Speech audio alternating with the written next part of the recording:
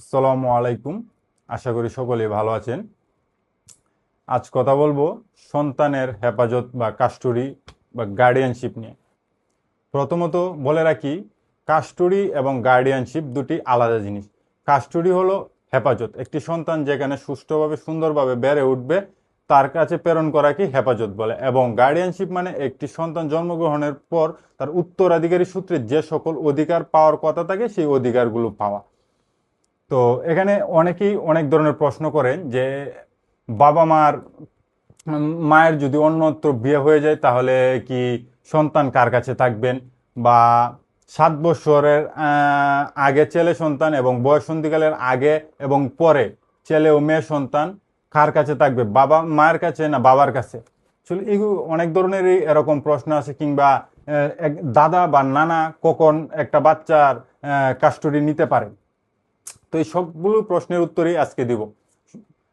প্রথমত বলি, মুসলিম পার্সোনাল লয়ে বলা হয়েছে যে একটি ছেলে সন্তান 7 বছরের আগ পর্যন্ত মায়ের কাছে থাকবে এবং 7 বছরের পর বাবার কাছে। একটি মেয়ে সন্তান বয়ঃসন্ধির আগ পর্যন্ত মায়ের কাছে এবং বয়ঃসন্ধিকালের পর পর্যন্ত বাবার কাছে।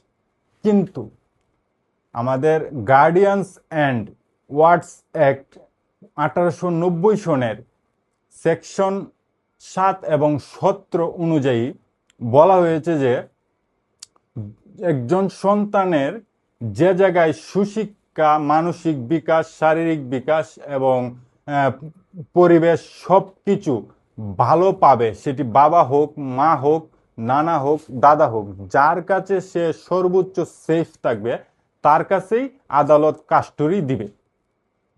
এখানে একটি প্রশ্ন করা হয় যে দাদা বা নানা কখন একটা সন্তান কাস্টডি পেতে পারে।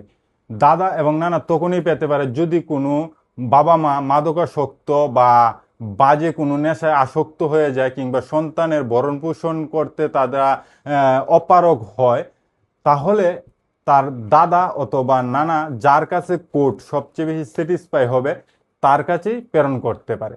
এই বিষয়ে আমরা এক্সাম্পল স্বরূপ একটা কেস রেফারেন্স দিতে পারি। সেটা হলো 1995 সালের একটি কেস, আব্দুল জলিল বনাম লাইলি বেগম, ডিএলআর 50 ডিএলআর এডি 550। ওই মামলায় মাননীয় জাজ সাহেব একটি কথা বলেছিলেন। কথাটি হলো, the welfare of the minor is the Paramount consideration. অর্থাৎ বাবা বা মায়ের অধিকার নয়, সন্তানের সর্বোত্তম কল্যাণই এখানে সর্বাধিকার পাবে বা সবচেয়ে বেশি অধিকার পাবে। এখন সর্বশেষ কথাটি হলো, গার্ডিয়ানশিপ এবং কাস্টডি নিয়ে যদি সমস্যা হয় তাহলে আপনারা কোথায় গিয়ে মামলাটা করবেন? সেই মামলাটি করবেন ফ্যামিলি কোর্ট 2023 এর যে কোর্ট আইনটি তৈরি করা হচ্ছে সেই আইনটির মাধ্যমে। তো ফ্যামিলি কোর্টে গিয়ে আপনারা সেই মামলাটি করবেন। এই মামলার বিচার করার একচেটিয়া ক্ষমতা রয়েছে এই ফ্যামিলি কোর্টে। এইসব মামলার ক্ষেত্রে শিশুর সবচেয়ে বেশি অগ্রাধিকার দেওয়া হয় যে শিশু কোন জায়গায় বেড়ে উঠবে, কোন জায়গায় সুস্থ, স্বাভাবিক এবং সুন্দর শিক্ষা পাবে, সেই জায়গায় টিকে বেশি প্রায়োরিটি দিবে আদালত।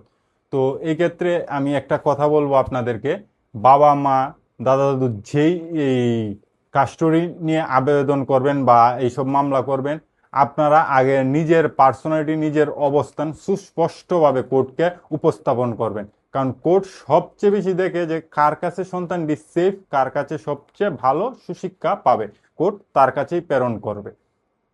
তো সকলকে ধন্যবাদ ভিডিওটি দেখার জন্য। আর আমার চ্যানেলটি যেহেতু নতুন, লাইক, কমেন্ট, সাবস্ক্রাইব করবেন। আর আপনাদের যে কোনো মতামত আমাকে কমেন্ট বক্স, ইনবক্স বা পার্সোনালি ফোন দিয়েও জানাতে পারেন। চেষ্টা করব এইগুলা পার্সোনাল রেখেই সমাধান করে দেওয়ার জন্য। সকলকে ধন্যবাদ। আল্লাহ হাফেজ।